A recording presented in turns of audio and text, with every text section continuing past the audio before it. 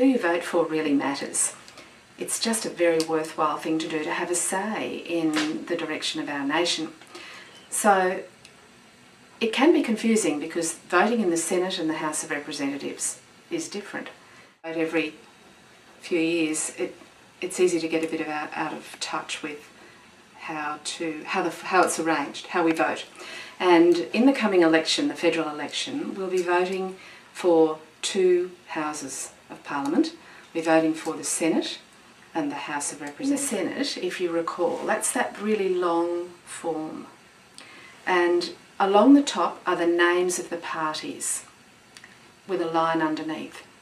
So you have a choice.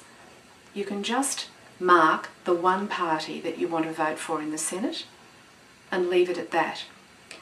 Because underneath that line are 60 or 70 candidates' names from all the different parties, which you are welcome to fill out.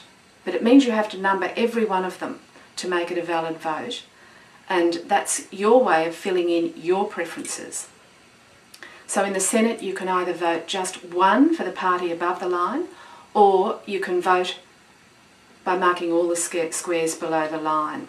If you only vote one above the line, you are giving your right to preferences to that party that you vote for. So they will decide where to put your preferences if they don't get elected. So voting in the House of Reps is much easier. It's a much smaller form, and there'll be maybe half a dozen names to fill in. It's crucial in the House of Reps that you number every square, otherwise your vote would be invalid. So if you're voting green 1, you need to then number your preferences after that. It might be one of the big parties that comes next, or one of the small ones, maybe one of the independents, but you must fill them all in.